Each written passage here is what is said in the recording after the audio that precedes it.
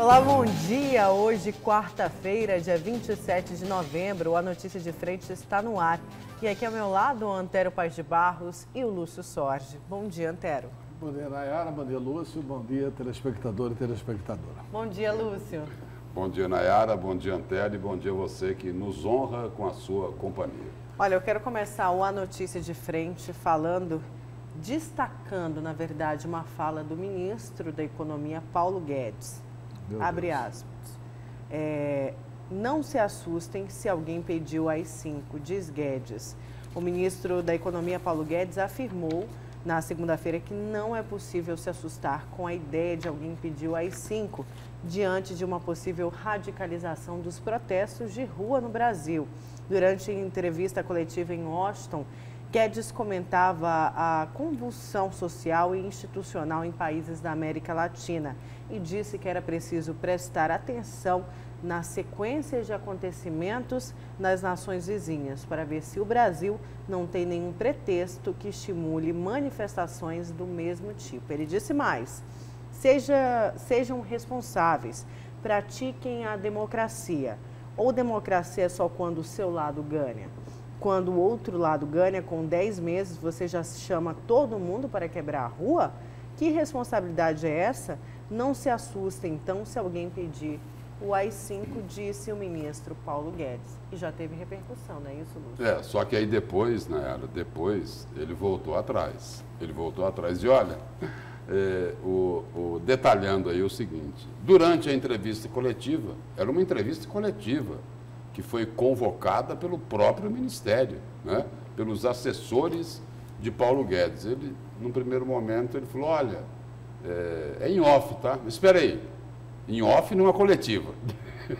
É a primeira vez que eu vi isso, que eu vejo isso. Aí depois, lá na frente, quando os jornalistas voltaram a conversar com ele, tratar diretamente desse assunto, aí ele falou, olha, o AI-5 é inconcebível, é um absurdo, né? Nós vivemos numa democracia. E isso daí é o seguinte, é preciso colocar o seguinte, o ministro Paulo Guedes, ele tem feito um grande trabalho pela economia, para tentar recuperar a atividade econômica. Os primeiros resultados até já começaram a aparecer, só que ele devia deixar a política para os políticos, não entrar nesse debate radical de esquerda e de direita. E aí é o seguinte, quem é que ele decide responder? Tudo bem, o Lula pegou, quando saiu lá da prisão lá em Curitiba, veio, cutucou o ministro da Economia, Paulo Guedes, dizendo que a política econômica desse governo é para destroçar os trabalhadores, mas e aí?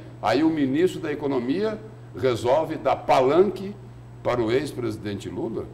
Ele podia ter deixado passar isso, né? Ou então, outros integrantes do governo dar esse tipo de resposta. Não ele oferecer palanque, dar punição para que essa discussão, esse debate aí prossiga. Não é isso? Olha, eu acho que isso fragiliza um governo que não se parece nem um pouco com o governo democrata. A partir do instante que o presidente da República pede, o presidente da República pediu oficialmente que ele quer excludente de licitude para operações de garantia da lei e da ordem, o que ele está dizendo claramente é o seguinte, é que se houver uma manifestação, ele usa a Constituição, baixa a garantia da lei e da ordem, que é um artigo previsto na Constituição da República, quando tiver tumulto na vida brasileira, ele baixa um decreto garantindo a lei e a ordem naquele espaço geográfico e quer excludente de licitude para as Forças Armadas que atuarem para normalizar. Ou seja, é quase um direito de matar. É quase um direito de matar. Isso não vai passar no Congresso Nacional. Já não passou como quando queria excludente de licitude para operações policiais.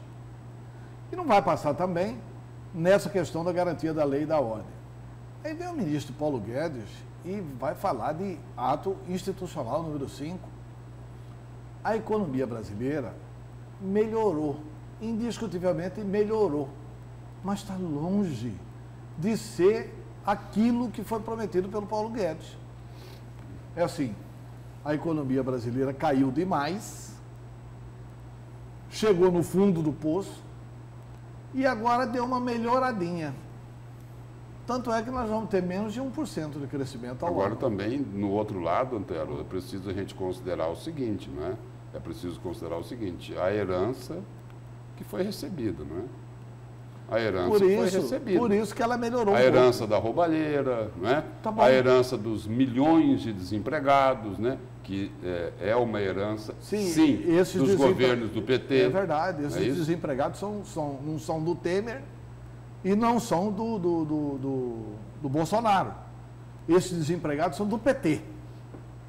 Os 14 milhões de desempregados, 13 milhões de desempregados que tem o Brasil, não pode ser debitado na conta do Bolsonaro e não pode ser debitado na conta do Michel Temer. O culpado disso foi o PT. O PT que desarrumou a economia. Mas a economia nossa, nós fizemos a reforma da Previdência, não fizemos? Ah, não ia ficar tudo bacana com a reforma da Previdência? Como é que foi o leilão do pré-sal? Cá para nós. Eu não entendo economia, mas os que entendem consideram que foi um fracasso. Mas de uma na outra ponta... porque a expectativa era muito maior de valor. A expectativa era muito maior. Porque assim, nós tínhamos 138 bilhões de déficit para este ano. Aí o governo brasileiro está se vangloriando de que vai fechar o ano com um pouco mais de 80 bilhões de déficit. Por que vai fechar com 80 e poucos bilhões de déficit? E não com 180? Porque pegou a geladeira que vendeu, pegou a parte da Petrobras lá que vendeu, pegou a parte do pré-sal que vendeu e jogou para pagar a dívida. O ano que vem não tem essa parte para colocar lá. Não tem essa parte para colocar lá. Quer dizer, então assim, a economia melhorou? Melhorou. Nós estávamos negativo, vamos crescer 0,8% este ano. É muito pouco. É um dos piores crescimentos da história do Brasil. A perspectiva de melhorar é que pode ir para 1,6%. Pode dobrar. Se dobrarmos o crescimento da economia brasileira, nós vamos crescer 1,6%. Nós já crescemos muito mais de 6, 7, 8% ao ano. Mas aí o que se coloca... Inclusive na época da ditadura. Mas aí o que se coloca também, Antero, é o seguinte, isso o próprio ministro Paulo Guedes colocou. Falou, olha, o atual governo está com 10 meses, vão cobrar tudo de uma vez? Tem gente que ficou aí 8, 12 anos no poder e agora vão cobrar que o governo resolva tudo em 10 meses. Por exemplo, você falou na reforma da Previdência. A reforma da Previdência já deu um resultado aí que foi a interpretação aí dos analistas econômicos, que a reforma da Previdência já começou a ajudar a estimular a atividade industrial. É um indicador aí de recuperação da economia do país. É lento, devagar ainda. Esse é o grande problema do Brasil. É que os que estavam antes do Bolsonaro, principalmente o lulopetismo, destruiu a indústria brasileira. E ao destruir a indústria brasileira, ele destrói a economia brasileira. Destrói a economia brasileira. Então, tomara que essa atividade industrial se recupere e há sinais de que está começando a se recuperar. Porque só com a recuperação do setor industrial é que nós vamos voltar a gerar emprego. Agora, o que precisa é cair a ficha na turma aí, de um lado e do outro. De um lado e do outro. Para acabar aí com esse radicalismo. Por exemplo, mas não justifica... o lado de cá à esquerda, não, isso que eu vou colocar. O lado de cá à esquerda não pode ir a público e estimular o povo brasileiro a ir para a rua para fazer bagunça, arruaça e quebradeira. Isso do outro lado. Você se refere ao discurso também, do Lula? Exatamente, é a resposta que Paulo Guedes está dando. Paulo Guedes está respondendo ao ex-presidente Lula. Né? E do outro lado, o governo, o Antero acabou de citar aqui, o excludente de licitude, que abre aí uma brecha perigosíssima para o país. Por exemplo, nessa história aí, nessa questão, nessa manifestação do ministro da Economia, Paulo Guedes. Ele falou de quebradeira, disse que lembrou lá do AI-5. Só que é o seguinte, em algum momento ele disse que o que está ocorrendo aí é por culpa do Supremo Tribunal Federal, que acabou com a prisão em segunda instância. Essa verdade tinha que ser dita. Mas o seguinte, eles não querem dizer isso. Eles não querem dizer isso. Não é que não querem, Lúcio, eles até querem, eles têm medo de dizer isso. Eles têm medo do Supremo Tribunal Federal. Até querem, eles têm medo do Supremo Tribunal Federal. Assim, olha, eu sou contra o Lula mandar fazer quebradeira é culpa do Supremo. Que inclusive é culpa do também, Supremo né? e da falta de mobilidade da sociedade brasileira. Porque o Lula só disse isso depois que ele foi colocado em liberdade. Ele foi solto aí para ficar fazendo discurso. E tem coisas gravíssimas sobre o Lula que continuam sendo apuradas. Tem a delação do Palocci que não foi apurada por inteiro. Já há informações em Brasília, eu tenho muitos amigos que fiz durante a minha estada em Brasília e que continuam jornalistas cobrindo a política nacional, que diz que ainda vem coisas horripilantes do Lula. E também não podem falar muito do Supremo, só para o seguinte, como que é? No cravo e outro na ferradura, não é isso? É assim que se diz, não é? A gente falou aqui que eles não quiseram falar do Supremo por causa do Lula, né? Mas também não falam do Supremo porque tem que proteger o filho do presidente, Flávio Bolsonaro. Essa é a parte frágil do negócio, do acordo. Essa parte do acordo vai cair.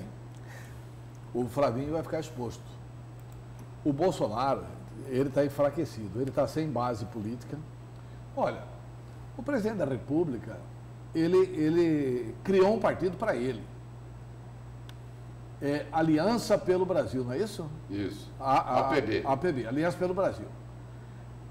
E para escrever a Aliança pelo Brasil, ele coloca com bala, com cartucho. Escolhe o símbolo do partido, um 38. O símbolo, o número do partido é 38. É para lembrar o 38, o 38. O que manda a gente para o céu, para o inferno, sei lá para onde. Quer dizer, há uma irracionalidade nos dois polos.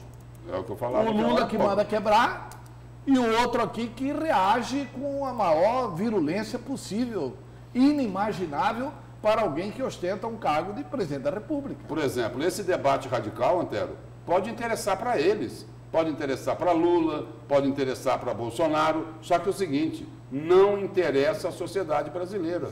Pois Para o povo isso não interessa. Mas eu só quero colocar o seguinte... Isso que você falou do Aliança pelo Brasil, só abrindo parêntese para colocar também, Nelson Barbudo rebateu as críticas. Disse que, na verdade, o símbolo escolhido... pensador Nelson Barbudo. Ele classificou como uma obra de arte. E se uma obra de arte sofre uma enxurrada de críticas da esquerda e da imprensa, então é melhor acabar com a arte no país, disse Nelson Barbudo. Uma obra de arte com balas. Com balas. É isso? É isso? Com munição. Com munição, com bala. Olha, Nelson Barbudo não é a melhor referência, cara. Nelson Barbudo vai ser deputado federal de um mandato só. Sem querer aqui ser... E quem fez aí foi Rodrigo Camacho. Sem querer fazer jornalismo mãe de lá. Mas muito provavelmente ele vai ser deputado de um mandato só. Porque o que ele tem feito é o seguinte, é uma submissão de 100% a tudo que o Bolsonaro fizer. Mas assim, mobilização no Brasil precisa fazer. Só que não é para quebrar nada. É para protestar contra o Supremo Tribunal Federal. É para se mobilizar em favor da segunda instância. São mobilizações pacíficas. E ninguém tem o direito de botar aí 5 porque a população se mobilizou.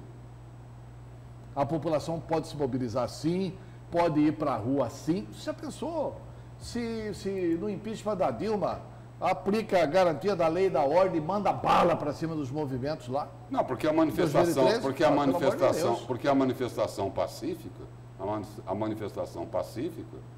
ela é democrática. E até prova em contrário, nós vivemos numa democracia. Que é o melhor dos regimes, é o menos ruim, né? É um regime muito ruim, mas é melhor que todos os outros. Né? Pois é, inclusive Dias Toffoli rebateu essa crítica e disse: AI-5 é incompatível com a democracia. Até que, enfim, o Dias Toffoli falou uma coisa que presta, né? Porque ele não consegue explicar nem voto dele. Vocês acreditam que essa fala pode gerar uma insegurança Gera. na sociedade, como classificou o Rodrigo Maia? Eu acho que sim. Como Rodrigo Maia, Classificou. como que gera insegurança. Insegurança. Gera insegurança. E aí? E Rodrigo Maia, por acaso, gera segurança? Quando faz esqueminha lá com o presidente do Senado, Davi Alcolumbre, para jogar a prisão em segunda instância lá para frente? Não vou me aprofundar aqui, porque eu já sei que é destaque do Antero. Vai ser para o dia... Vamos votar essas prisões no dia 31 de fevereiro. Esse já é o tema do seu destaque de hoje? É o meu destaque.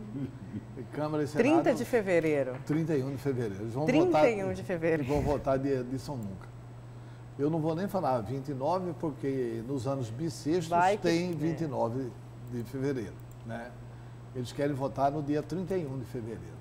Olha, o Rodrigo Maia e o Davi Alcolumbre, era preciso que os que defendem a prisão em segunda instância reagissem. Tá aí, é uma Só lembrando que eles já empurraram essa discussão para 2020. Já empurraram para 2020. Só que o que eles fizeram? Eu vou contar isso agora. Eles foram consultar, sabe quem? Sabe quem? É inacreditável. Se o Supremo é ruim, o Congresso é pior. O Congresso está pelando de medo do Supremo. Até porque tem bastante bandido no Congresso e tem medo de ser preso. E eles consultaram o Gilmar Mendes. O que o senhor acha, Gilmar Mendes, de nós mudarmos o Código de Processo Penal? Sabe qual foi a resposta do ministro Gilmar? Olha, eu acho que se mudar tem que deixar claro que prisão após a segunda instância é só depois de crimes violentos. O Gilmar não quer que aprove a segunda instância. O Rodrigo Maia não quer aprovar a segunda instância. O Davi Alcolumbre não quer. O DEM não quer. O que eu pergunto é roubar dinheiro público não é crime violento. Não é crime violento. Não é crime violento. Quer dizer, o cara roubou a Petrobras. Onde que está a violência? Quer dizer, as estradas esburacadas que causaram acidentes, os caras que não foram atendidos nos hospitais que morreram, a escola que não foi dada para o seu filho estudar, a creche que não aconteceu para o seu filho que precisa, isso não é violência contra a sociedade. Segundo Gilmar Mendes, prisões em segunda instância só para crimes violentos. Os bandidos bacanas, aqueles que roubam milhões, esses não podem ser presos após a segunda instância. Tem que ser presos pós-mortem. Aí o Toffoli, olha, estou mandando para o Congresso um projeto de lei para acabar com a prescrição. Toffoli, vai enganar quem? Acabar com a prescrição não precisa, porque eles só vão ser julgados pós-mortem.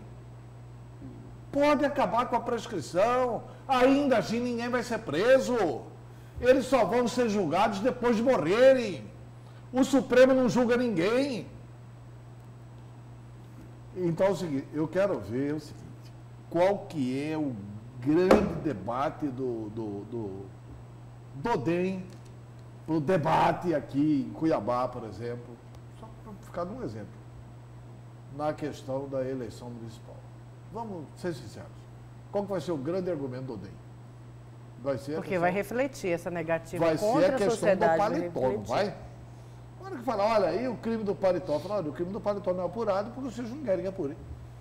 Ué, vocês que estão contra qualquer situação de apuração. Vai perder a autoridade. Rodrigo Maia e Davi Alcolumbre vão puxar o DEM para baixo no Brasil inteiro. No Brasil inteiro, infelizmente. Esse, então, é o tema do destaque daqui a pouquinho do Antero e o seu, Lúcio. O meu é para falar da bandalheira aqui de Mato Grosso. Mais uma denúncia aqui do Ministério Público mostrando o seguinte, que a pilantragem era descarada. Olha, esse pessoal parece que não tinha escrúpulos pela denúncia que foi apresentada pelo Ministério Público, que envolve aí algumas figuras, entre elas aí, algumas são conhecidíssimas, né? Está envolvido aqui o conselheiro afastado lá do Tribunal de Contas Sérgio Ricardo, e olha só o que essa turma fazia. Olha só. Eles formaram uma comissão. Teve uma comissão também para ir lá no governador, no ex-governador Silval Barbosa, cobrar uma propina para pagar, sabe o quê? Um mensalinho para garantir o 13º dos deputados, com dinheiro de corrupção, com dinheiro de propina. Porque aí é o seguinte, a informação é de que 17 deputados sujaram as mãos com esse dinheiro. E esse 13º do mensalinho, para cada um, era R$110 mil. É o meu destaque de hoje. Olha, vamos aqui, daqui a pouco então a gente vai aos destaques, vamos a esta notícia que na verdade ganhou repercussões, já teve até, depois que falada, já foi rebatida por secretário, já foi rebatida pela primeira-dama. O prefeito Emanuel Pinheiro questionou o uso da arena durante o Natal e o governo rebateu. Olha só, o prefeito Emanuel Pinheiro ficou revoltado com a liberação da Arena Pantanal para a realização do evento natalino denominado Arena Encantada, que utiliza inclusive o gramado para a instalação da estrutura. Isso porque em abril deste ano o governo do estado barrou a realização das comemorações dos 300 anos de Cuiabá, que seria lá na Arena Pantanal, alegando aí diversos problemas, entre eles os jogos da Série B e também o gramado. E o prefeito falou o seguinte: Cuiabá deixou de ter a festa mais linda de todos os tempos, os 300 anos. 3 dias de festa linda, portão aberto. Seria um momento inesquecível e mágico para a população cuiabana. O recurso era tudo patrocínio da Energisa Águas Cuiabá e outras empresas privadas que queriam bancar o evento. E o Estado proibiu em cima da hora, alegando problemas com o gramado. E agora? Olha o Natal que estão fazendo, reclamou então Emanuel Pinheiro durante uma coletiva na segunda. Daí, a primeira-dama, Virgínia Mendes, rebateu as críticas. Mas antes de você chegar aí, Nayara... Você quer comentar o que ele falou? Não, só complementar aqui uma colocação do prefeito Emanuel Pinheiro. Aí ele perguntou assim, agora pode? Mas e o gramado, governador? Como vai ser? Ou ninguém vai pisar no gramado? Vai todo mundo flutuar? Cadê a Federação Mato Grossense de Futebol, que fez questão de dar apoio ao governo naquele momento? Não vai falar nada? Aí o prefeito completa dizendo o seguinte, ou os pés de quem é do Estado são de algodão. Pois é, e aí a primeira-dama rebateu. Sobre o uso da arena, ela rebateu as críticas de Emanuel Pinheiro. Ela disse nas suas redes sociais, Virgínia classificou o comentário como maldoso de pessoas desinformadas. Ela comentou essa declaração do prefeito. É preciso deixar claro que tudo está sendo feito de forma organizada e levando em consideração os cuidados necessários com o estádio e com a grama. As pessoas não vão circular pelo gramado e não vão flutuar, como já li por aí alguns comentários. Elas vão circular em áreas permitidas e sairão de lá maravilhadas com o que vão ver, disse a primeira-dama. E teve aí mais gente rebatendo, né? Isso. Teve a secretária lá de Estado e Assistência Social, a Rosa Maria Carvalho, dando essa mesma explicação aí que a primeira-dama Virgínia Mendes, que ninguém vai acessar o gramado ali da Arena Pantanal, vai ficar ali em torno do gramado, né? E aí a secretária até chegou a dizer o seguinte, olha, o prefeito precisa dar uma olhadinha lá no projeto, né? Antes de falar o que ele está falando aí, de que as pessoas vão, de repente, flutuar lá no gramado da Arena Pantanal. E agora... E aí é mais um capítulo, né? É mais um capítulo nesse enfrentamento pré-eleitoral entre Emanuel Pinheiro e Mauro Mendes, né? E o grupo do governador Mauro Mendes. Pois é, e a secretária ainda fala mais, que não tem um campeonato, né, durante esse fim de ano, Lúcio, ainda rebatendo as críticas. Olha, eu acho de uma pobreza isso aqui, fantástico, né? Primeiro, o Emanuel Pinheiro mente todo dia de que ele não quer atrito com o governador. Segundo, ele faz uma crítica que seria absolutamente correta se o gramado fosse ser utilizado.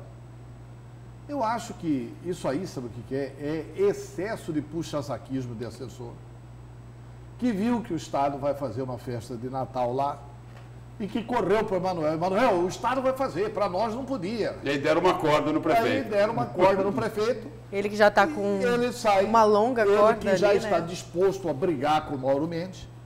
Eu não sei se alguém vota em prefeito para brigar com o governador.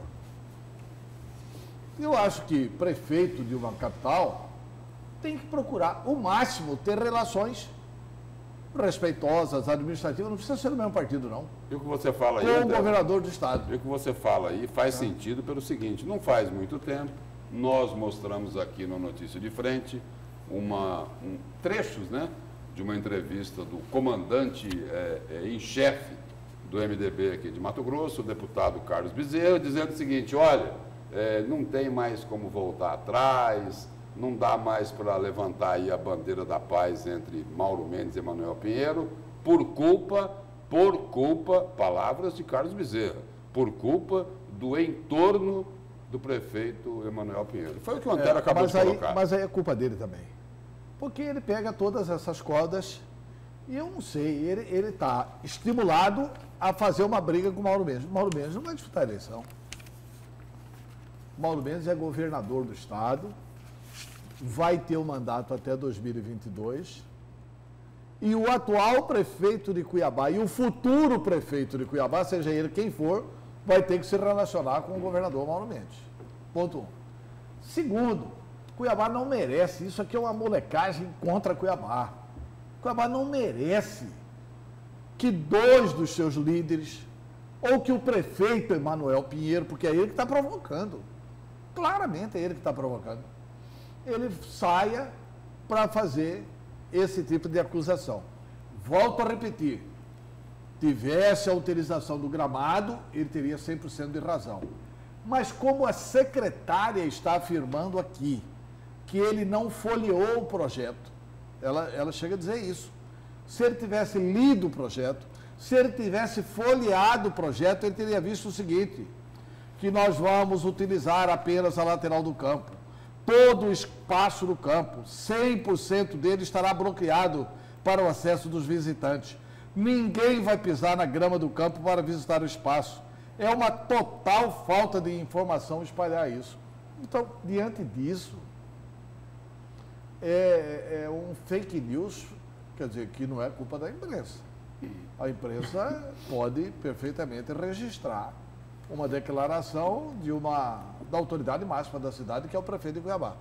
Agora, o prefeito de Cuiabá, ele propagandeia que ele quer construir um bom ambiente, quando, na verdade, ele diariamente procura um clima de conflito com o governo do estado de Mato Grosso. Mas aí eu acho que para ser justo, aí é o seguinte, uma hora um cutuca de um lado, outra hora o outro cutuca do outro lado. Pois é, mas neste caso nesse caso a específico, cutucada foi específica do Emanuel Pinheiro. Nesse caso específico aqui, foi o prefeito que provocou. E pegou corda lá e provocou, porque se fosse fato a utilização do gramado, ele estaria com a razão da crítica, né? E nós estaríamos aqui apoiando. Opa, não pode para o prefeito, não pode para o governador. Mas vocês se lembram que quando o Estado vetou a história dos 300 anos? Dos 300 anos, e aí tem outra mentira embutida do Emanuel Pinheiro. Acho que o Emanuel Pinheiro não tinha coisa nenhuma o show fechado. Porque se tivesse, quantos shows ele não realizou na Orla do Porto? Eles alegam, shows? mas isso foi questionado na época, ele alegava capacidade. Capacidade. Que existe aí uma determinação, acho que do Corpo de Bombeiros. Eu acho que vinha a torcida do Flamengo para cá, né? Ia ter mais gente aqui, né? Eu acho que era essa a alegação. O Emanuel já sabia que o Flamengo ia ganhar a Libertadores e via todo mundo comemorar aqui. Quer dizer, ele alega nada. É que ele não tinha isso. É que ele não tinha isso fechado, prego, porque senão ele teria feito o show. Seria uma grande vitória. Olha, apesar do governo, estou fazendo show. Pronto. Estou fazendo show. espaço, é o que não faltava. Tem aqui o SESI Papa, tem... inclusive foi falado o SESI Papa foi também. Foi falado, eu não quis fazer porque não tinha fechado. Porque essa secretaria de 300 anos valeu para exatamente nada. Essa que é a verdade. Para que serviu a secretaria de 300 anos? Qual que foi o benefício de Cuiabá na secretaria dos 300 anos? Serviu para alugar uma casa que nunca foi ocupada pela secretaria, pagou aluguel para o dono do imóvel e nunca funcionou nada. Só para isso que serviu a secretaria dos 300 anos. Cadê o restaurante giratório? Que ia ficar lá em cima, você ia ver Cuiabá inteira, aqui no Morro da Luz. Não é um restaurante giratório. Não foi aprovado, né, a obra? Não foi aprovada. A obra não foi aprovada? Não. Pega a lista das obras prometidas pela Secretaria de 300 anos, eles não fizeram nada. Cadê a canoa que ia ser colocada como no marco onde foi descoberto Cuiabá? Cadê a canoa? Estamos terminando o ano dos 300 anos. Novembro está terminando. Falta um mês para terminar os 300 anos. Será que vem outras promessas? 302, 3, 4. Olha... Não, que venham, mas sem secretaria, né? Eu quero destacar um outro assunto que ganhou grande repercussão, principalmente nas redes sociais, e destacando daqui a pouco o Twitter da senadora Selma Arruda, que o Conselho do MP pune Deltan com advertência por críticas a ministros do STF. O Conselho Nacional do Ministério Público, órgão responsável por fiscalizar a atuação dos promotores e procuradores, decidiu ontem aplicar a pena de advertência ao procurador da República, Deltan Delagnol, coordenador da Força Tarefa da Lava Jato. A decisão foi tomada em julgamento definido por 8-3 da punição. E fica registrado no histórico de Delagnol. Aí a gente vai no Twitter aqui da senadora Selma Arruda. Ela fala o seguinte: a CNMP, que é o Conselho Nacional do Ministério Público, julgando Deltan Delagnol por ter dito apenas a verdade. Vamos aqui à tela, ao Twitter da senadora Selma Arruda, por ter dito apenas a verdade, quando declarou que o STF é leniente com a corrupção. Punir o investigador é enterrar a Lava Jato. O relator Luiz Carlos Bandeira de Mello, indicado por Renan Calheiros para o CNMP, vota pela punição. Cadê a justiça, diz aí o Twitter da senadora. Veja, a advertência foi em cima do quê? Veja a crítica do Deltan Delagnol. Ele não falou o nome de Dias Toffoli, Gilmar Mendes e Ricardo Lewandowski, que votaram a favor da decisão da segunda turma do Supremo, né? Ele afirmou que ministros do STF estavam mandando uma mensagem muito forte de leniência a favor da corrupção. Ao comentar a decisão que retirou do então juiz Sérgio Moro trecho de delações contra o ex-presidente Lula e o ex-ministro Guido Mantega. Moro hoje é ministro da Justiça.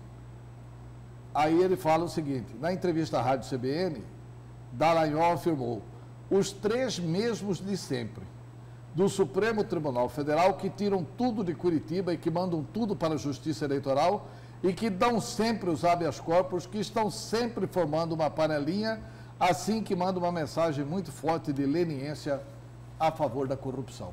Eu quero saber o seguinte: essa mensagem do Supremo Tribunal Federal, ao brecar a prisão após a segunda instância, depois de anos e anos e anos, é ou não é uma mensagem de leniência com a corrupção? Porque agora todo mundo sabe que ninguém vai ser punido. É punição pós-morte, né? E ainda encontra guarida no Congresso Nacional. O Congresso, que podia defender a sociedade, não defende. Defende bandidos. Defende bandidos de colarinho branco. Essa que é a grande verdade. Ou a população volta para as ruas, sem fazer baderna, ou a população volta para as ruas para protestar contra o Congresso e contra o Supremo, ou esse país aqui não tem jeito. Vai ser a garantia da impunidade.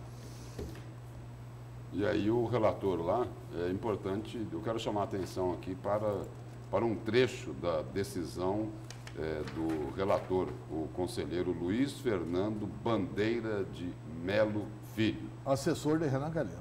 Primeiro, ele elogiou a atuação de Deltan Dallagnol no Ministério Público Federal, mas disse que o procurador cometeu excessos em sua fala. E aí, na conclusão aqui da fala dele, não podemos deixar que esse trabalho, depois de ele elogiar o trabalho de Dallagnol, não podemos deixar que esse trabalho seja um salvo-conduto para pronunciar-se da forma que desejar, como vinha fazendo, e olha só, levantou uma espada aqui, e de certa forma continua fazendo de forma excessiva, afirmou o conselheiro. Aí o seguinte, qual a mentira que Deltan Dallagnol disse ao se referir, neste caso aqui, à postura dos 3 ministros da segunda turma, né?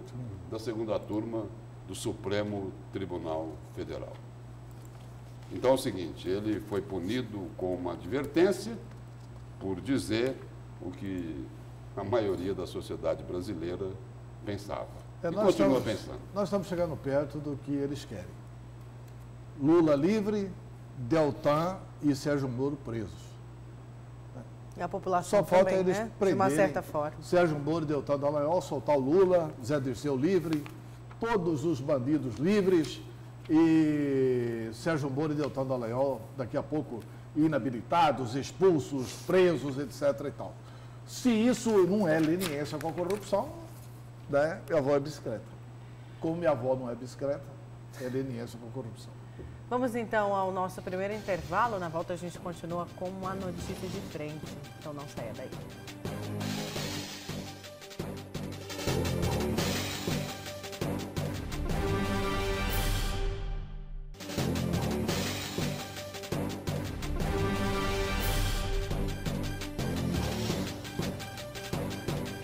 Vamos falar agora da reforma da Previdência de Mato Grosso. O diretor-presidente do MTPrev, Eliton Souza, participou ontem do Jornal do Meio-Dia. Confira alguns trechos desta entrevista.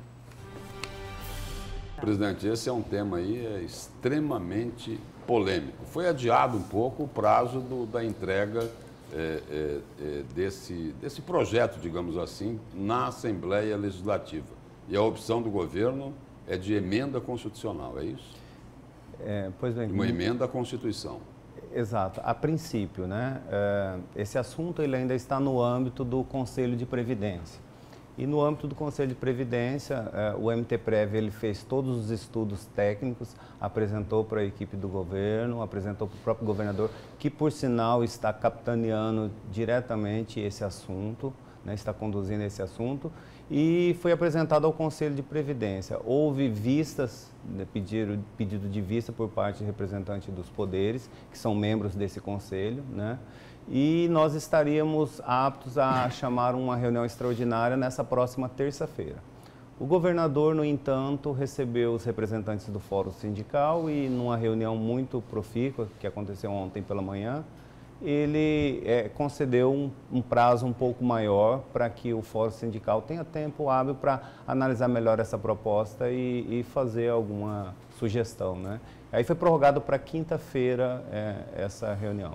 A proposta do governo do estado, ela acompanha a reforma da Previdência que foi feita em âmbito nacional? E como que os servidores, o senhor disse que a reunião fluiu, mas como que foi a resposta? Eles receberam esse projeto? Já deu para sentir um pouco do que aconteceu ontem, na reunião de ontem, do que deve ser enfrentado pelo governo daqui para frente?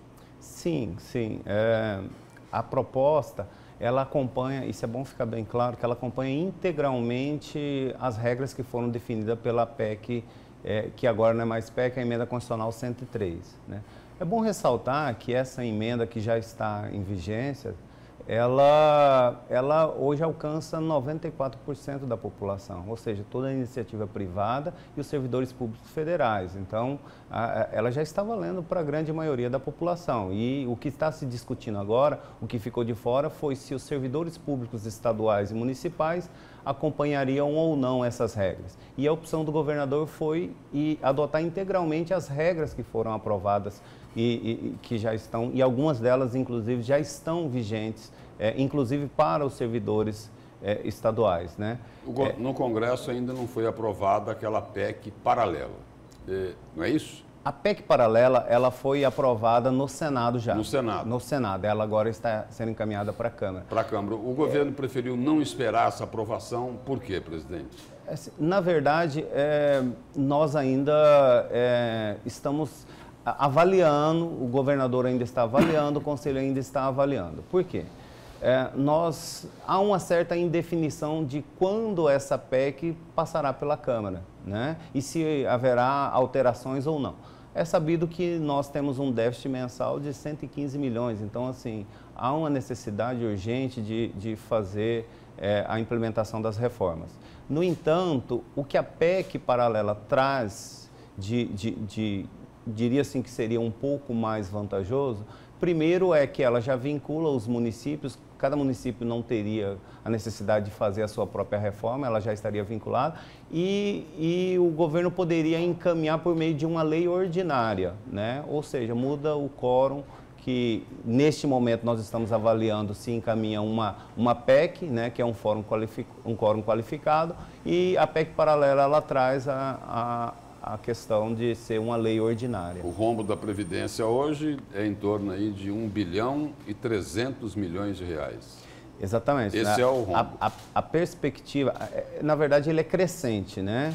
A perspectiva é nós fecharmos esse ano com algo em torno de 1 bi 300, o ano que vem 1 bi 400, mas em 2025 esse rombo ele dobra, ele vai para 2 bi 800. Fechando em 10 anos, em 2029, se nada for feito, nós fecharemos com um rombo de aproximadamente 5 bilhões ano. E aí todo mundo vai ter que colocar as cartas na mesa, não é isso? Exatamente. A grande questão é que... Não tem como um poder lá querer tomar as decisões dele sem que os outros fiquem sabendo. Na verdade... temos até 2 anos para fazer essa adesão, isso que a PEC trouxe, né? Se não for feita essa adesão, o Estado ele fica inadimplente e aí ele não consegue pegar aval da União, não consegue fazer empréstimos, não recebe transferências voluntárias. Com essa reforma, por exemplo, no caso, na hipótese aí da aprovação dessa reforma da Previdência aqui em Mato Grosso, o Poder Executivo deixa de pagar os inativos de outros poderes, como ocorre hoje, que o governo paga lá 20 milhões da Assembleia, mais uns 80 milhões lá do Tribunal de Contas, eles é que vão ter que assumir isso? Na verdade, esse valor, toda a despesa previdenciária, ela passa a ser concentrada no MTPrev, que passa a ser a unidade gestora única. Não haverá mais essa questão de cada um paga a sua conta. E até mesmo esse exemplo que você está dando, que parte do que é pago... O Poder Executivo vai continuar pagando depois as contas dos outros poderes? Não vai continuar pagando, porque esse valor será pago pelo MTPrev, né? Então, assim... Mas para o MTPrev pagar, ele vai ter que receber de alguém. Receber ou o que faltar do Poder Executivo, que é quem arrecada, mas ele vai receber também das fontes dos poderes vai aportar recursos no MTPrev para pagamento desses valores. Quer dizer, todo mundo vai ter que ter um valor suficiente para pagar os seus inativos. Vão acontecer ajustes em orçamentos, né? Vão acontecer ajustes na lei de responsabilidade fiscal, né? Então, assim, é tudo isso que está sendo construído agora, negociado. E o diretor falou dessa discussão, desse debate. É importante que se faça esse debate com os mais interessados, com o funcionalismo. Na segunda-feira que teve a reunião com o funcionalismo público, até que esse projeto seja lapidado e chegue à Assembleia Legislativa. O importante é o seguinte, que nessa questão aí da Previdência, vai ficar tudo centralizado lá no MTPrev. E na entrevista, eu tinha conversado antes aí com o presidente da MTPrev, ele me disse o seguinte, que o Poder Executivo continua pagando contas de outros poderes. Por exemplo, lá na Assembleia, o Poder Executivo é responsável por pagar mais de 20 milhões por ano. Essa conta aumenta 4 vezes quando diz respeito aos inativos do Tribunal de Contas. Lá são 80 milhões de reais de pagamentos a inativos que são assumidos pelo Poder Executivo. O Ministério Público e o Poder Judiciário também estão preocupados com essa reforma da Previdência aqui em Mato Grosso. E por quê? Porque como tudo vai ficar de acordo com a reforma da Previdência, centralizado lá no MTPrev, ninguém vai poder esconder nada de ninguém. Vai ter que ter transparência. E aí o seguinte, a MTPrev é que vai fazer o pagamento desses benefícios, mas vai ter que receber esses recursos de alguém. É polêmica e das grandes, viu, André? A polêmica das grandes é o seguinte, não dá mais para suportar aquele político que pega uma situação como essa do Estado. O Estado tem de déficit 1 bilhão e 400 milhões de reais que está saindo do Tesouro do Estado este ano, com todo o sacrifício do Estado, para pagar o déficit da Previdência. E é bom que pague, porque os que já trabalharam a vida inteira vão ficar sem receber? Não é justo isso. Mas não tem como vir com essa coisinha de que, olha, vai ser difícil, eu sou deputado, eu represento aqui o servidor. É por isso que você tem que votar a favor. A reforma da Previdência, ela é boa? Não, não é boa. Ela é necessária. Se não fizermos, nós vamos jogar esse Estado aqui no abismo. Eu quero até saber do Lúcio, qual que é a opinião do Lúcio, se o entrevistado chegou a dizer isso. Feita a reforma da Previdência, quando que acaba o déficit? Porque mesmo feita a reforma da Previdência, o déficit continuará por um bom tempo. Ele não chegou a dar esse prazo. Ele não comentou sobre isso, Antero. Agora, tem uma alternativa aí que, se não for feita, é um dado que é importante destacar. Mas eu já passei, mas não tem isso. Não, esse dado não tem aí. Agora, tem um outro dado, que se a reforma não for feita, é algo que me chamou a atenção. Os salários, a aposentadoria lá dos inativos, o que eles recebem mensalmente, daqui um pouco teria que sofrer um corte de quase 40%. 37 e alguma coisa. Agora, tem um outro dado relevante aqui, o seguinte, que em 2023, nós estamos entrando em 2020. Daqui a 31 dias de dezembro, nós vamos entrar em 2020. Ao chegarmos em 2020, a gente vai ter o seguinte fotografia. Em 2023, daqui a 3 anos, 4 anos, daqui a 3 anos. 3 anos. E 2020 já chegou. Então, daqui a 3 anos e 1 mês, nós vamos ter mais aposentados e pensionistas do que gente nativa. Ou seja, é mais gente trabalhando para se autossustentar e também para sustentar os inativos. Isso significa dizer o quê? Que se não for feita a reforma da Previdência, tem que aumentar impostos para a sociedade ajudar a pagar essa conta. Olha, eu não aguento mais essa conversa de parlamentares. Os parlamentares têm que se modernizar, de falar o seguinte: eu não vou votar a reforma da Previdência, porque isso aqui é uma agressão, e aí vai deixar o Estado quebrar? Antero, só não pode o seguinte: o que não pode é livrar a cara daqueles que têm altas aposentadorias, fazer o joguinho dos poderes, porque eles pressionam, eles querem manter as benesses, os privilégios, as mordomias. É isso. Aí o seguinte, não pode preservar as mamatas dessa turma e prejudicar aqueles que ganham menos, que recebem menos de pensão, de aposentadoria. É isso daí que precisa ficar atento. Concordo com o relator. Essa tem que ser a luta do parlamentar. para distribuir o sacrifício. E assim, né? Aprender um pouquinho de Marx. De cada um segundo suas possibilidades. A cada um segundo suas necessidades. Nada mais justo que isso. Né? Parece pensão alimentícia. Vamos para o seu destaque? Vamos lá. O meu destaque de hoje é para dizer o seguinte, que o Ministério Público Estadual está denunciando mais uma bandalheira da era Silval Barbosa. A denúncia aqui é de que o dono de um frigorífico e mais 4 participaram aí de um esquemão, e sabe para quê? Para pagar propina, para pagar um mensalinho para 17 deputados de Mato Grosso, a título do quê? O mensalinho naquela época tinha até 13º. E aí o Ministério Público está pedindo aí um ressarcimento de mais de 75 milhões de reais. E de novo, foi dentro daquela farra dos incentivos. Vamos aos personagens.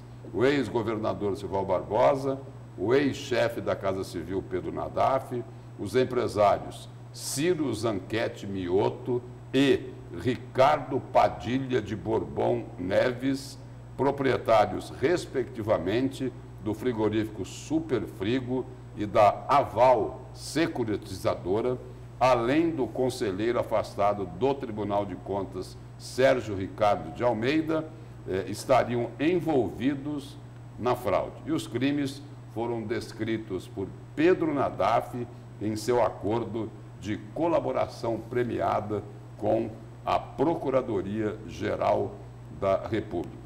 E de acordo aí com as informações de Pedro Nadaf, que foi citado lá por Silval Barbosa como o mentor intelectual da corrupção no governo dele, Pedro Nadaf recebeu a missão de Silval Barbosa de encontrar uma empresa interessada em receber incentivos fiscais do governo em troca de um retorno, que também é conhecido como propina, de 2,5 milhões de reais no ano de 2012. E aí foi divulgada uma outra informação de que o empresário Ricardo Padilha de Bourbon Neves, ele acabou sendo procurado depois, porque teve um fato anterior.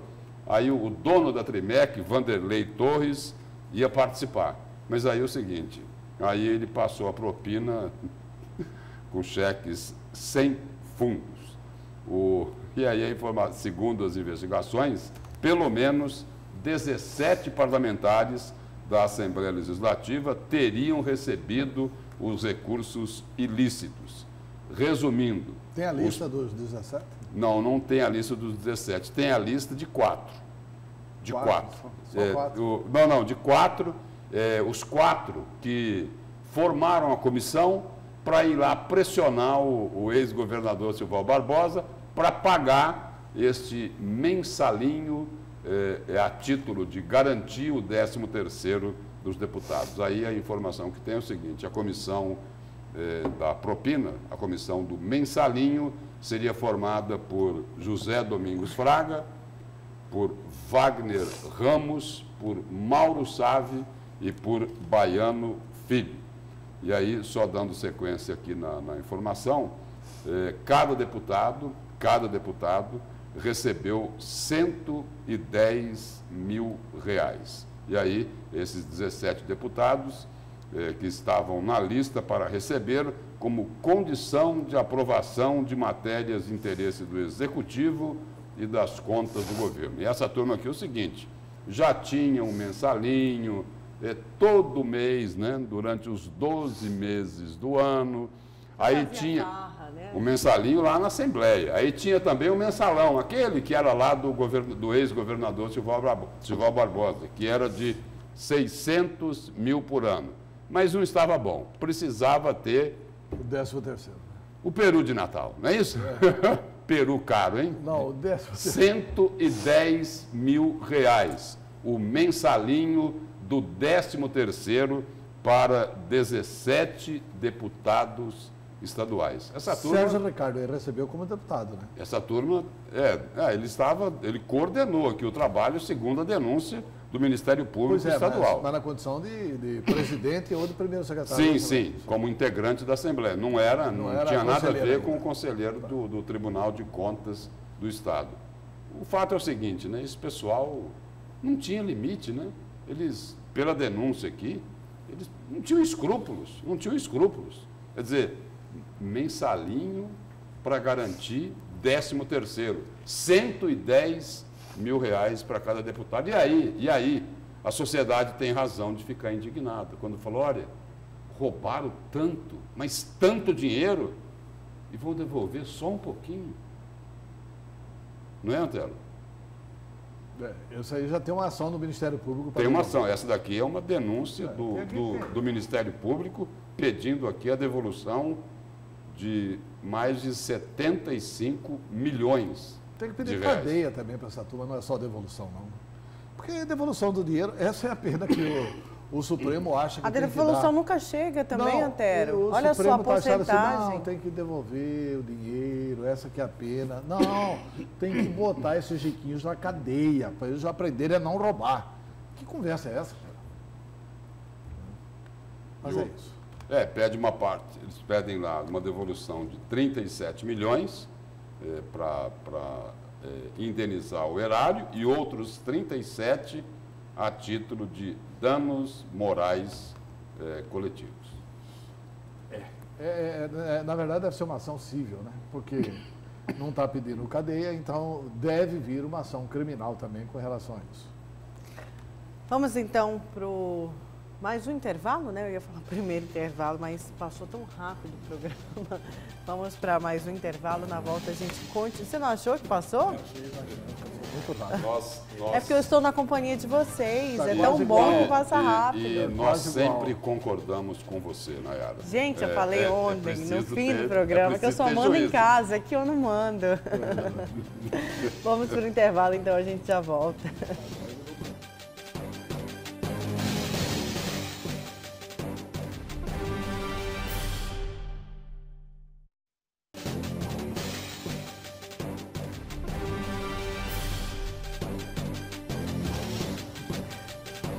Voltamos com a notícia de frente. Vamos para o destaque do Antero. Antero. Olha, na verdade é o seguinte. O destaque é que a Câmara e o Senado fecharam acordo para discutir a prisão em segunda instância para 2020. Câmara e Senado, vírgula.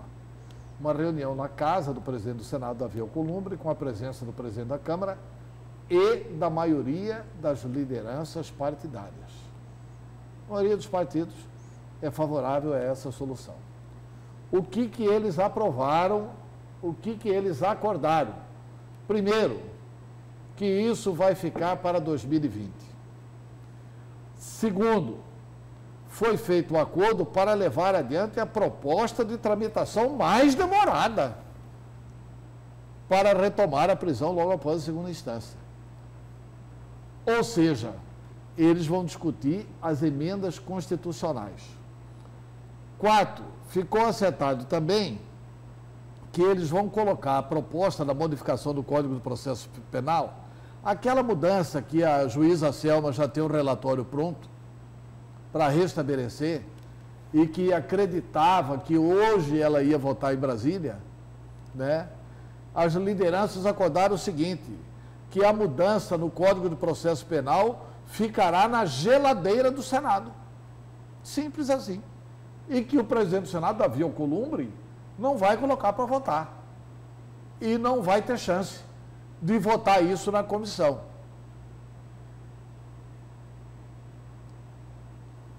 E que envolveram também o ministro da Justiça, Sérgio Moro, né? Envolveram assim, no sentido de que o ministro Sérgio Moro foi convidado e participou dessa reunião. O que o Moro tem que se imiscuir nessas coisas pequenas do Congresso Nacional? Então ficou o seguinte, que eles não vão fazer a alteração do Código de Processo Penal, vai continuar lá no Código de Processo Penal após o trânsito em julgado, mas eles vão fazer a alteração nos artigos 102 e 105 da Constituição, que estabelece o seguinte: o recurso especial feito ao Superior Tribunal de Justiça e o recurso extraordinário feito ao Supremo Tribunal Federal serão considerados ações distintas. E sendo ações distintas, há uma interpretação de que, bom, se são outras ações, se são ações distintas, portanto, o foro por prerrogativa de função, aliás, portanto, o trânsito em julgado se dá após o julgamento da segunda instância. O Senado ficou de colocar uma comissão para acompanhar, para assistir, para verificar. Eles não podem dar palpite, não podem falar nas sessões da Câmara, mas os senadores estão lá, convidados a acompanhar como torcedores como é que vai se dar esse debate na Câmara dos Deputados. O Rodrigo Maia falou que não abre mão. Telefonaram para o ministro do Supremo Tribunal Federal, Gilmar Mendes. Ô, ministro Gilmar, e aí? Isso saiu na imprensa nacional. Nós estamos querendo aprovar logo aqui o Código de Processo Penal. Olha, no Código de Processo Penal, vocês podem aprovar o seguinte, que apenas os crimes violentos serão punidos após a segunda instância. Quer dizer, olha, manda o Gilmar se eleger deputado federal e senador para legislar. Mas o que acontece é o seguinte: pior do que as pessoas que não respeitam os deputados e senadores, são os deputados e senadores que não respeitam os seus próprios mandatos, não respeitam a sua própria autonomia. Ligar para o ministro do Supremo é abdicar da autonomia do deputado e do senador. É abdicar. Olha, eu estou abdicando, Gilmar, não sei o que fazer, fui eleito aqui, ministro, sem saber como tratar desse assunto, nos ajude, nós somos uns patetas. Na verdade, não tem nenhum pateta ali, né? O pateta era o cachorrinho do Mickey, né? Não tem nenhum pateta ali. Ali só tem gente inteligente que sabe o que está fazendo e que sabe que está jogando para as calendas gregas. Eles querem que Papai Noel, Carnaval, etc. e tal, façam esquecer esse debate sobre a questão da segunda instância. Um mínimo, se tivesse um mínimo de interesse de aprovar isso, por que não aprovar a mudança no Código de Processo Penal no Senado? Votaria hoje, na comissão e no plenário. A Câmara poderia aprovar imediatamente este ano, passava a vigorar imediatamente, e o ano que vem aprovava essa emenda constitucional. Não, vamos deixar tudo para 2020. Vamos deixar os ladrões passarem em paz o Natal e o Ano Novo. Enfim, nós temos o Congresso que merecemos. Mas... né? Ali ninguém, né? Ninguém... Por isso que eu falo, o Congresso foi muito renovado. Essa história que o novo, tá aí. O que os novos estão fazendo lá? Aqui só Bezerra foi reeleito aqui. Né? Tem 7 novos. Olha o que os novos estão fazendo lá. Estão com a política velha. Mas, Antero, você falava... Não, política velha não. A política velha era muito melhor que isso. A política velha é a que precisa votar. A política do Dr. Ulisses, de Tancredo Neves, de Franco Montoro, de Zé Richa. Essa é a política que precisa votar. Você falava um tempo atrás de que a população precisa reagir, né? A população Sim. tem nas mãos a reação pacífica, claro. E daí eu destaco aqui do antagonista, o movimento Vem Pra Rua, que já resolveu convocar para o dia 8 de dezembro uma manifestação para pressionar o Congresso Nacional a retomar a prisão em segunda instância. E colocaram no slogan assim: sem segunda instância, sem férias. O Congresso não vai empurrar com a barriga e adiar a prisão após segunda instância. Se os movimentos pressionarem bastante, mas pressionar para valer. Tem que pressionar, não é invadir para destruir, não. É fazer uma ocupação democrática. É fazer uma tempestade operária, uma tempestade do povo, uma tempestade da dignidade, uma tempestade da capacidade da indignação. ir para dentro do Congresso Nacional, eu quero ver se esses caras não votam. Eu quero ver se eles não votam. Tem que pressionar essa turma. Como tinha que ter pressionado o Supremo, quando o Supremo fez essa pataquada aí. Porque essa reunião aí do presidente da Câmara, Rodrigo Maia, do presidente do Senado, Davi Alcolumbre, com as principais lideranças partidárias, traduzindo tudo isso daí, nós podemos chamar isso de um joguinho combinado, que é exatamente para deixar o assunto de lado, tentar fazer com que essa votação aí da prisão de segunda instância esfrie bastante, fique gelada e acreditando de que não terão essa pressão das ruas, essa pressão da sociedade, para que eles continuem ditando as regras e o seguinte, livrando a cara de muito bandido do colarinho branco, que com a condenação em segunda instância pode ir para a cadeia. Certo, olha aqui, o presidente da OAB, vamos seguir com a matéria, o presidente da OAB de Mato Grosso, Leonardo Campos, esteve ontem na Assembleia Legislativa para detalhar o projeto de lei que trata dos novos valores de custos do Tribunal de Justiça. Os detalhes com o repórter José Porto. O que mais preocupa em relação à nova tabela proposta pelo Poder Judiciário é que, na maioria dos casos, os valores das causas praticamente dobram no que tange às custas. O valor inicial para protocolar uma ação de até R$ 41 mil, ou seja, em torno de 1%, R$ 413,40.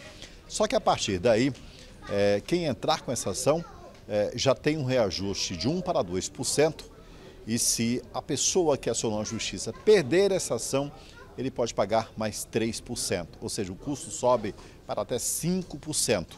Esse é um detalhe que atinge a maioria das ações que chega ao Poder Judiciário, até o montante de R$ 41 mil. Um outro ponto que chama a atenção da classe de advogados, por exemplo, é que o valor de um agravo de instrumento, quando a pessoa recorre de uma ação em primeira instância, o que era antes de R$ 155, agora foi para R$ 330,72, um reajuste superior a 110%. A Ordem dos Advogados do Brasil é contrária a este aumento e vem externar as suas razões, como já o fizemos ao eminente presidente do Tribunal de Justiça, desembargador Carlos Alberto, a quem também quero louvar a atitude de ter dialogado com a Ordem dos Advogados do Brasil, mas entendemos que o cidadão não suporta ou não comporta no seu orçamento um aumento das custas judiciais. Meu posicionamento, desde o primeiro momento, quando eu tive conhecimento desse projeto que veio do Judiciário, eu já pedi vista dele, tendo em vista que acabei sendo relator. E as custas do Poder Judiciário, né? Vão ficando cada dia mais caras, né? Aquele dinheiro que vai lá para o Funajures, é esse aí, né? É esse aí. Então, é uma forma do Poder Judiciário já preparando o caixa para enfrentar essas coisas aí que vem aí com a reforma da Previdência, né? Então, o Poder Judiciário mandou o projeto. Esse projeto, porque assim, nós não temos que elevar tanto as taxas do Poder Judiciário que fique difícil o cidadão buscar a prestação jurisdicional. Porque aí, só de custas processuais para você poder recorrer, para você poder entrar com a ação, etc. e tal, há uma elevação, segundo o presidente da Ordem dos Advogados aí, considerável. Esse assunto tem que ser mais debatido. É muito preocupante essa situação. Isso não atinge aqueles que têm atestado de pobreza, que são defendidos pelos defensores públicos, porque esses são beneficiários da justiça gratuita. Agora, mesmo assim, isso aí elimina da possibilidade de buscar a justiça muita gente que é da classe média baixa. Agora precisa saber também, né, qual o argumento que o Poder Judiciário está utilizando para aumentar essas custas judiciais. O argumento é fazer caixa. Não, não. Não, eu sei. Mas tá na cara que é para fazer caixa. E aí, o que já se falou, e se falou bastante aqui em Mato Grosso, no governo Pedro Taques, isso foi vastamente explorado, é de que o saldo desse Funajures é altíssimo. Vamos então? No governo Pedro Taques, eles chegaram a emprestar dinheiro para o governo. Vamos? Vamos embora. Bom dia para você e até amanhã.